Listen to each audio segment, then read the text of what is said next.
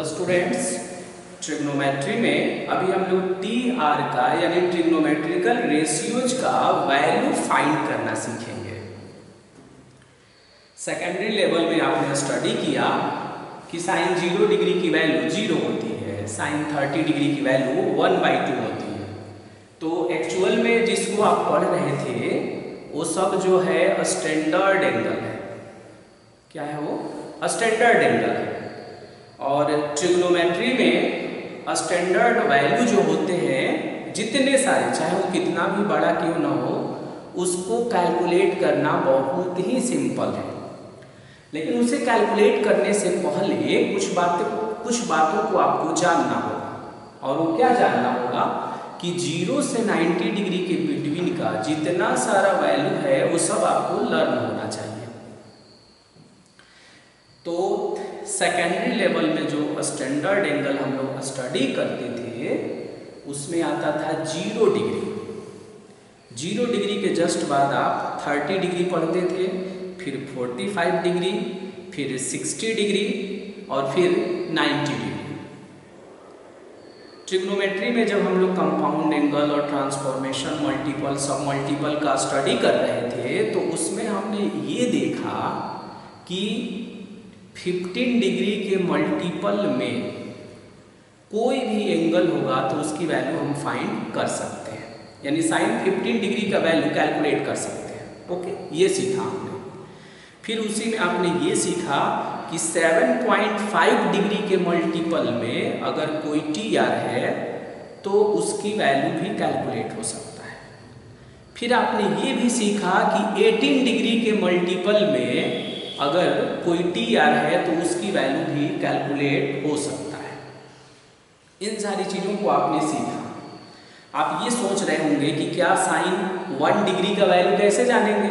तो sign 1 degree का value हम साइंटिफिक कैलकुलेटर से कैलकुलेट कर सकते हैं, यानी उसे हम साइंटिफिक कैलकुलेटर से साइन 1 डिग्री, 2 डिग्री, 3 डिग्री सबकी वैल्यू निकाल सकते हैं।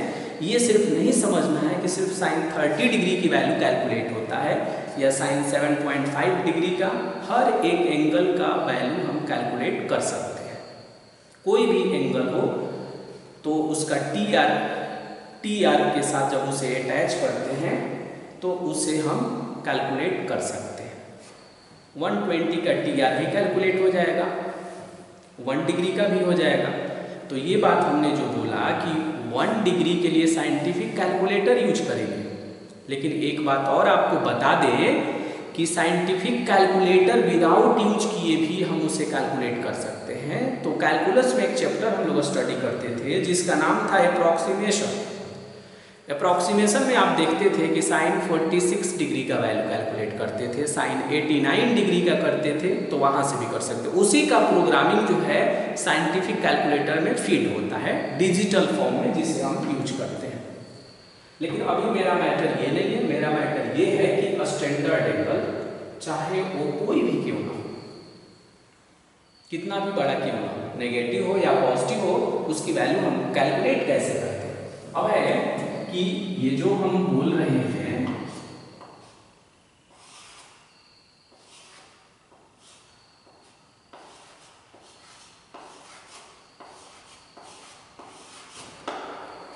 स्टैंडर्ड एंगल,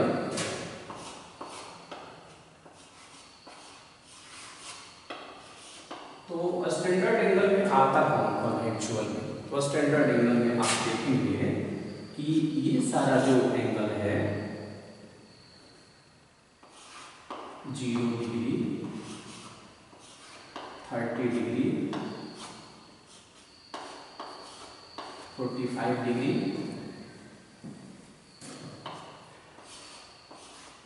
60 डिग्री और 90 डिग्री, ये तो आप ऑलरेडी जानते हैं।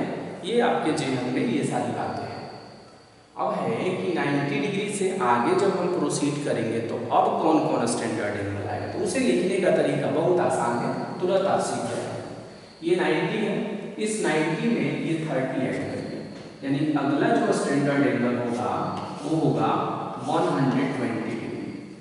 90 में 45 ऐड करेंगे, कितना होगा? 100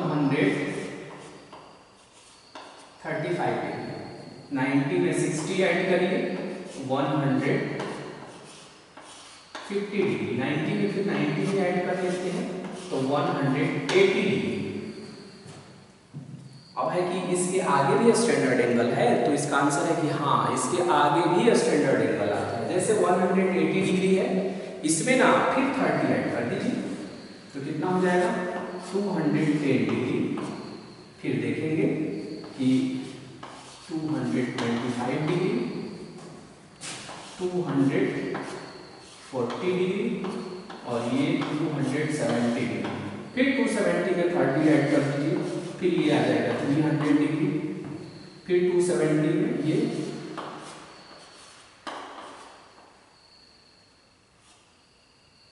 करिए सो ऑन, इस तरह से आएगा।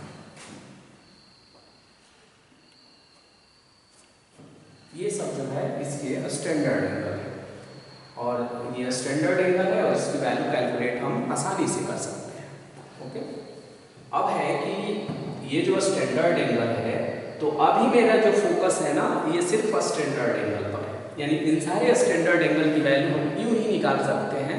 जैसे आपको साइन 30 डिग्री बहुत आसान लगता है क्योंकि 1/2 आप लर्न कर लिए हैं, तो बस आप इतना लर्न करिए और उसके हेल्प से इन सभी को कैलकुलेट कर सकते हैं। उसी की बारीकी हम लोग इसमें सीखेंगे।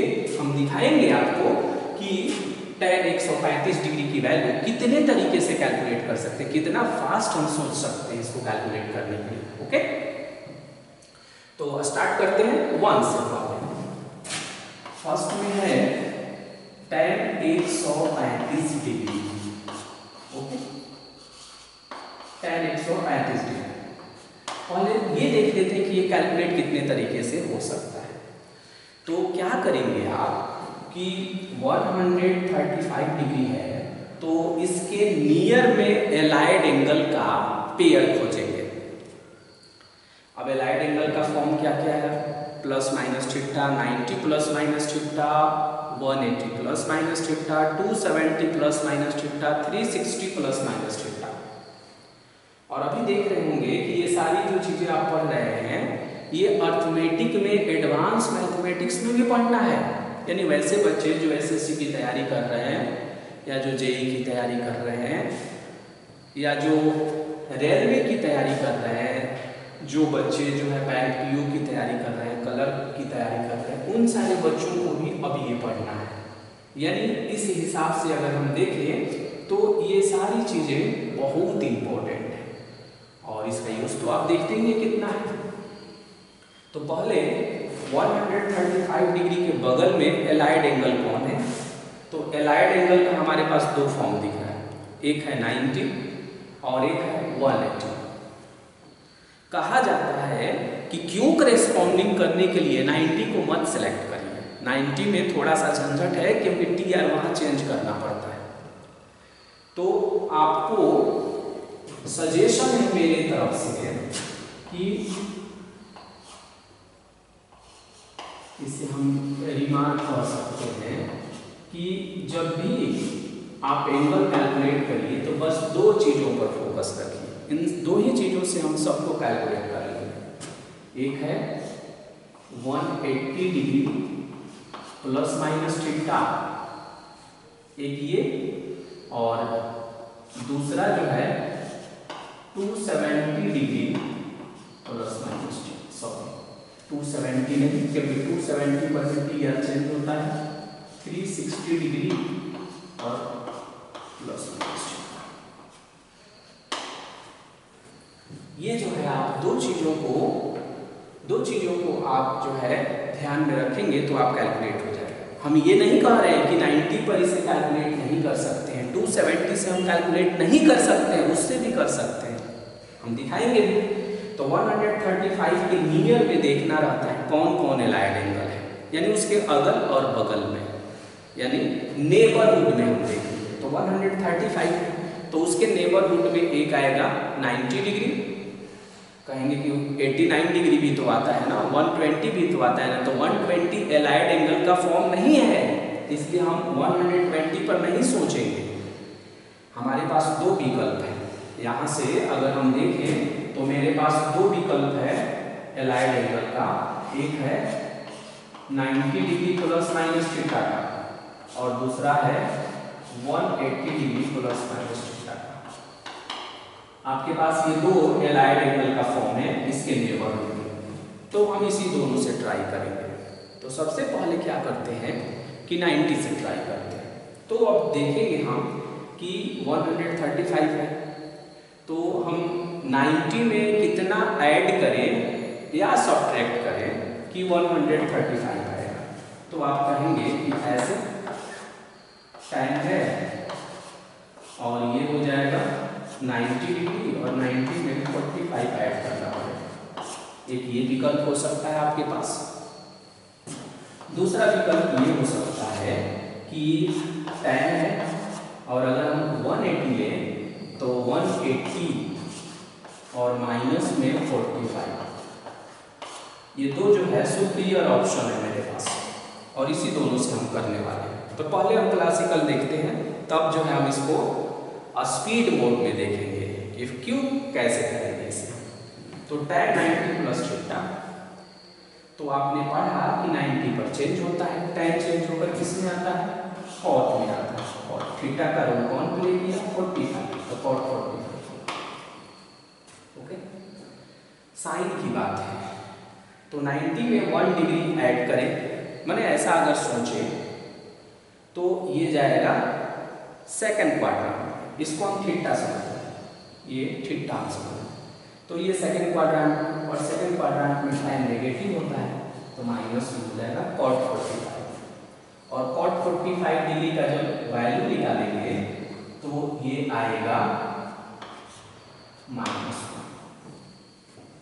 ओके, हो गया ये tan 180 माइनस थीटा, ये भी सेकंड क्वाड्रेंट में है और सेकंड क्वाड्रेंट में जो है tan नेगेटिव होता है तो यहाँ नेगेटिव लिखते हैं। 180 पर चेंज नहीं होता है तो यहाँ हम लिखेंगे tan का tan और tan 45 डिग्री भले डिफरेंट लग रहा है बट फाइनल आंसर इसका भी -1 ही आएगा,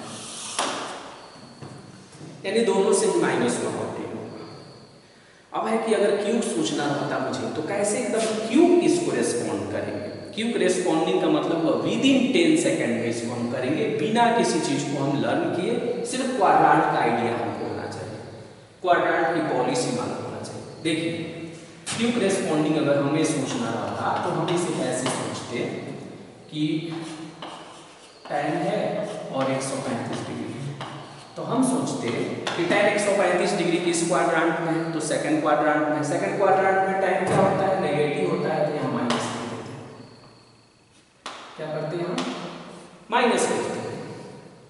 फिर देखते कि 135 के नेबरहुड में कौन है, तो नेबरहुड में दो ऑप्शन है, तो आपको हमने बताया था कि दो ऑप्शन में आपको 90 to 70 पर रिस्क नहीं लेना, तो आप 180 और 360 दो ही सोचिए। तो आप देखिए 135 के नियर में कौन है, 180 या 360, तो आप बोलेंगे 180। 180 में कितना जोड़ेंगे या घटाएंगे कि 135 आएगा, तो आप कहेंगे 45 घटाएंगे, सिंपल सी बात है। अब हम कितना घटाएं, तो 45 tan 45 की वैल्यू कितना होता है, तो -1। देखिए बिना कुछ लिखे हुए हम डायरेक्ट इसको लिख सकते हैं और देखते हैं तो और अच्छे से समझेंगे आप। एक और हम ले लेते हैं सेकंड या थर्ड को लेते हैं। थर्ड में है cos माइनस में 5π/3 रेडियन। पाई में लिखने का सेंस ये है कि रेडियन में। आप सोच रहे हैं रेडियन में क्यों लिखता है, डिग्री तो कितना अच्छा है। तो रेडियन इसलिए जरूरी है कि एंगल का ऐसा यूनिट रेडियन होता है, तो रेडियन भी जानना बहुत ही नेसेसरी है। और फिजिक्स में भी आप देखते हैं कि जब ऐसा यूनिट पढ़ते हैं हम लोग, एंगुलर वेलोसिटी, एंगुलर मोमेंटम, तो वहाँ रेडियन का यूज करते हैं। ओके, तो पहले इसे हम डिग्री में कन्वर्ट कर लेते हैं। डिग्री में कन्वर्ट करने के लिए पाई की जगह पर 180 पुट कर देते हैं। ये आएगा cos में माइनस 300 डिग्री। cos कितना आएगा, माइनस में 300 डिग्री। अब आपने सबसे पहला जो एलाइड एंगल पढ़ा था वो माइनस थीटा का पढ़ा था। ये कॉस माइनस थीटा की तरफ बिहेव करता है। माइनस थीटा फोर्थ क्वाड्रेंट में होता है, ये ऑलरेडी आप डिस्कस किए थे। फोर्थ क्वाड्रेंट में कॉस क्या होता है, पॉजिटिव होता है, तो यहाँ प्लस लिख देंगे और सबसे पहले उस माइनस को वहां से हटा देंगे। हो गया 300 डिग्री। अच्छा, अब क्लासिकल वे में अगर हमको सिस्टमेटिक मूव करना है तो कैसे इसको हम सॉल्व कर सकते थे। 300 डिग्री के नियर में अलाइड एंगल कौन कौन है, तो 300 के नियर में मुझे दो विकल्प दिख रहा है, एक है 270 प्लस माइनस थीटा और एक है ये दोनों उसके नेबरहुड में है। क्लासिकल वे में सोचते हैं ऐसे, और क्यों भी आपको बताएंगे कैसे करेंगे। तो ये दोनों नियर में है, तो दोनों से हम करके दिखाते हैं आपको। तो कॉस है, अगर हम 270 लिखेंगे यहाँ तो ऑटोमेटिक जो है 30 आपके यहाँ 270 में 30 ऐड कर देंगे तो 300 हो जाएगा। अब हुआ 270 प्लस थीटा, तो 270 प्लस थीटा, तो 270 प्लस थीटा कौन से क्वाड्रेंट में, तो ये है फोर्थ क्वाड्रेंट में। कौन से क्वाड्रेंट में है ये, फोर्थ क्वाड्रेंट में। और फोर्थ क्वाड्रेंट में कॉस क्या होता है, तो फोर्थ क्वाड्रेंट में कॉस पॉजिटिव होता है, तो यहाँ प्लस लिख देंगे। 270 पर चेंज होता है तो ये साइन हो जाएगा, थीटा का वैल्यू ले लिया 30 तो साइन 30 और साइन 30 का वैल्यू 1/2। सेकंड में कॉस 360 और माइनस में 60 करना है। ओके, ये भी फोर्थ क्वाड्रेंट में है और फोर्थ क्वाड्रेंट में कॉस पॉजिटिव होगा तो प्लस लिख देंगे। 360 पर चेंज नहीं होता है, आपने पढ़ा है, तो कॉस का कॉस ही रहेगा, थीटा का रूट 60 डिग्री प्ले करता है और कॉस 60 डिग्री का वैल्यू 1/2 होता है। हो गया, दोनों ही से 1/2 है। लेकिन अगर मुझे इसको फास्ट सोचना रहता तो ये सारी झंझट को हम नहीं करते, डायरेक्ट अगर उसकी वैल्यू हमको जानना है, और ये है कितना, कॉस माइनस 300 डिग्री, ये नहीं तो फोर्थ क्वाड्रेंट में गया। फोर्थ क्वाड्रेंट में कॉस पॉजिटिव होता है तो प्लस कॉस 300 डिग्री लिखते हैं। ओके, इसके नियर में कौन है, 270 360। 270 पर रिस्क नहीं लेना है हमको, 180 और 360 पर करना है एक्सप्रेस वे में, तो बेस्ट रहेगा 360। तो 360 में कितना ऐड करना पड़ेगा या सब्ट्रैक्ट करना पड़ेगा ये बताइए। तो 300 डिग्री कौन से क्वाड्रेंट में गया है, तो 300 डिग्री गया है फोर्थ क्वाड्रेंट में। फोर्थ क्वाड्रेंट में कॉस क्या होगा, पॉजिटिव होगा, और ये प्लस था तो प्लस प्लस प्लस ही हो जाएगा। अगर ये माइनस आता तो माइनस प्लस माइनस लिखते। हो गया, 360 डिग्री में कितना घटाना पड़ेगा, तो 60 डिग्री, cos 60 डिग्री की वैल्यू 1/2, तो हम यहाँ लिख देते हैं। कितना घटाना पड़ेगा, कितना ऐड करना पड़ेगा, यानी कितना ऐड करेंगे, कितना सब्ट्रैक्ट करेंगे, ये इंपॉर्टेंट है। और हम देखते हैं, और हम ले लेते हैं tan 10 और 20 डिग्री की वैल्यू, फोर्थ को करना है।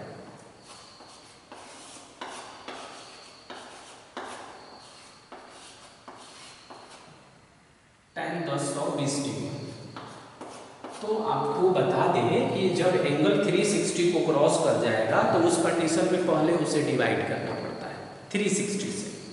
जब भी आपको लगेगा कि एंगल यानी कोण 360 डिग्री से बड़ा है तो पहले 360 डिग्री से डिवाइड कर लेंगे, तो ये हो गया 360 डिग्री और ये हो गया 1020। ओके, तो आप देखेंगे कि ये 2 टाइम्स में जाएगा, तो 720 डिग्री और ये आएगा 300। ओके, अब इसे क्लासिकल वे में अगर हम करते हैं तो tan है और 10/20 है, तो इसे पहले हम ऐसे लिखते हैं 2 × 360 और प्लस में कितना 300 डिग्री। और आपको मैंने बताया था कि इसे हम, ये n होता है, इसे नंबर ऑफ रिवोल्यूशन कहा जाता है। ये 360 प्लस थीटा पर रन करेगा, तो 360 प्लस थीटा कौन से क्वाड्रेंट में जाएगा? फर्स्ट क्वाड्रेंट में। फर्स्ट क्वाड्रेंट में tan क्या होगा? पॉजिटिव, तो ये हो जाएगा tan 300 डिग्री। अब 300 डिग्री का वैल्यू अभी आप कैलकुलेट करना सीखें। इसके नियर में कौन है? पहले क्वाड्रेंट देख लेते हैं। 300 डिग्री कौन से क्वाड्रेंट में है? इस प्लस का कोई महत्व तो है नहीं, फिर भी हमने लिख दिया है। फोर्थ में है। फोर्थ में tan क्या होगा? नेगेटिव होगा, तो यहाँ नेगेटिव हमने लिख दिया। अगर ये प्लस भी रहता तो माइनस, और ये प्लस फिर भी माइनस होता, माइनस लिख दिया। इसके नज़दीक में कौन है? 360 है। कितना सब्ट्रैक्ट करना पड़ेगा? तो 360 में से 60 डिग्री सब्ट्रैक्ट करना पड़ेगा, माइनस करना पड़ेगा। tan 60 डिग्री की वैल्यू √3, यानी -√3 हो गया। और भी कुछ देखते हैं हम इसमें। cos 11 π/4 है।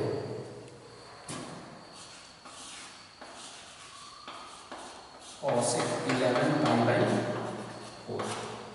फिर पाई की जगह पर हम क्या करते हैं? 180 डिग्री लिख देते हैं।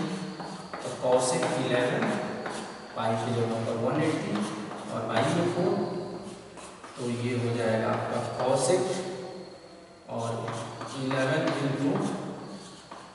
45, कितना हुआ? 11 × 45 मल्टीप्लाई कर लेते हैं। 45 × 1 = 45, तो 45 का क्या लिखेंगे हम? 5 लिखेंगे। 45 × 1 = 45 और 4 49, यानी 495 डिग्री है।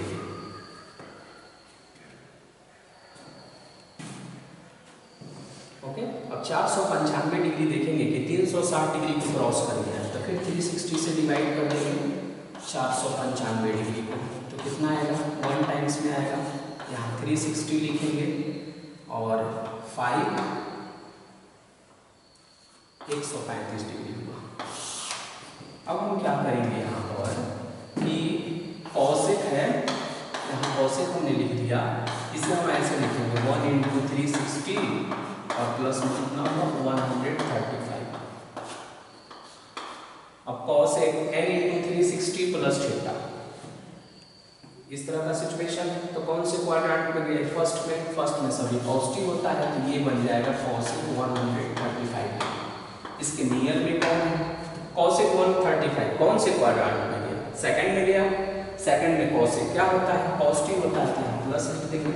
इसके नियर में सिलेक्ट कर लेते हैं 180 को। 180 में से 45 माइनस करना पड़ेगा। cosec 45 डिग्री की वैल्यू sin 45 1/2 cosec 45 √2। देखिए आसान है काफी, किसी भी तरीके से सोच सकते हैं। कुछ और लेते हैं हम यहाँ एक 7th नंबर लेते हैं, इसे हम क्वाड्रेंट एंगल कहते हैं। cos 270 डिग्री, इसे कैलकुलेट करना है, इसे सीखना बहुत जरूरी है। 7th में पहले sin 180 डिग्री ही ले लेते हैं। sin 180 डिग्री, इसे सोचिए 180 डिग्री किसी खास क्वाड्रेंट में जाने वाला नहीं है, क्योंकि ये क्वाड्रेंट एंगल होता है। तो 180 डिग्री कौन से क्वाड्रेंट में है, ये डिसीजन नहीं ले सकते। इसके लिए देखिए हम कितने सारे तरीके से इसे हम सोच रहे हैं। अगर हम 180 है तो हम इसे ऐसे लिख सकते हैं क्या? sin 180 डिग्री और माइनस में 0 डिग्री, फिर sin 180 डिग्री और प्लस में 0 डिग्री,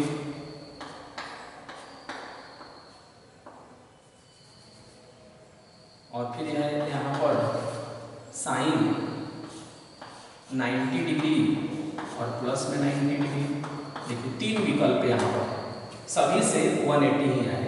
अब देखिए कैसे सोचते हैं। पहला जो है इसका sin 180 माइनस 0, यानी sin 180 माइनस थीटा की तरफ याद करेगा। sin 180 माइनस थीटा कौन से क्वाड्रेंट में आता है?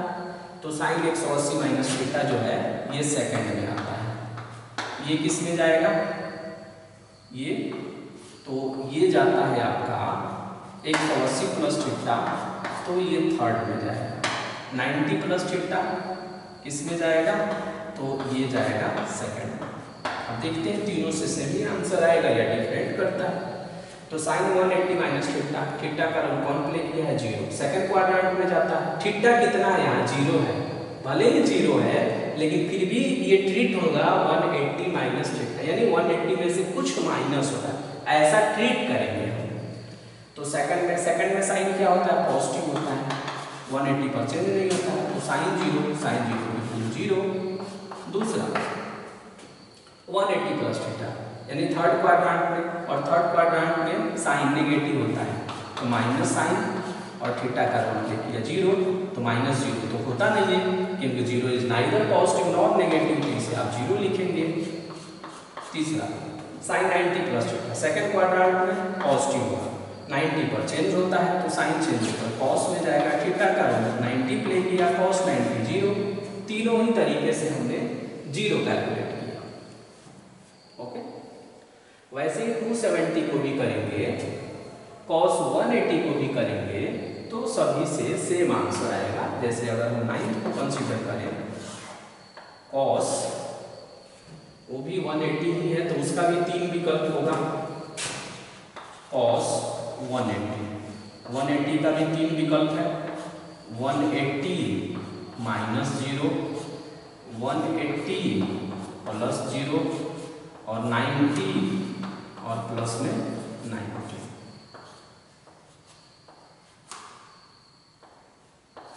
इतने सारे विकल्प है आपके पास।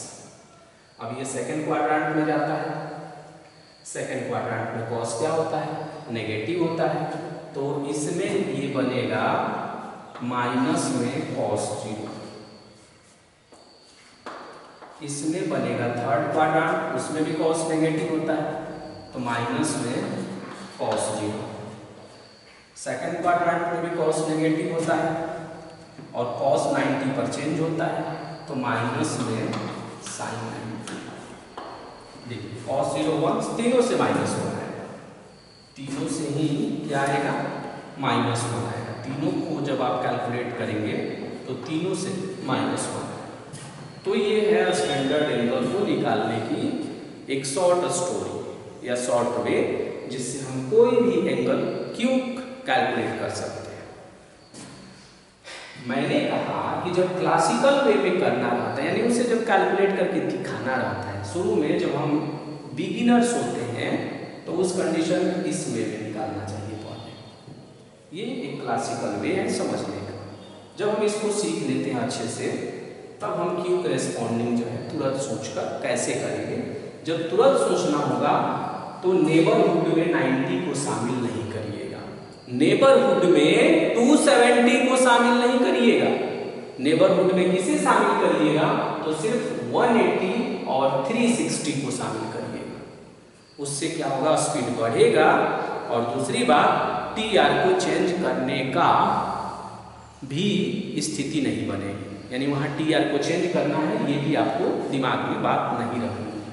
यहाँ तो 90 पर और 270 पर अलर्ट मोड में रहना होता है कि यहाँ टीआर चेंज भी करना है। जैसे देख रहे होंगे टाइम चेंज होकर कॉट में गया है, लेकिन तो ये घटना 90 और 270 पर ही होता है, 180 और 360 पर नहीं होता है। इसलिए हम कह रहे हैं 180 और 360 को ही चुनिए, यही बेहतर है स्पीड को बढ़ाने के लिए। तो कुछ इसमें हमने छोड़ दिया है जिसे हम नहीं इवैल्यूएट किए हैं, तो अब ये आपकी रिस्पॉन्सिबिलिटी है कि जो इसमें ड्यूज रहा उसे हम कैलकुलेट करें और इसी पे बेस्ड क्वेश्चन को आप प्रैक्टिस भी कर लीजिए। तो मुझे लगता है कि आप जिस तरह से स्टैंडर्ड एंगल है, स्टैंडर्ड एंगल की बारीकी भी समझ गए होंगे कि 90 के बाद 120 क्यों आता है, और इससे कितना भी बड़ा स्टैंडर्ड एंगल की वैल्यू आप यूं ही निकाल सकते हैं। ओके।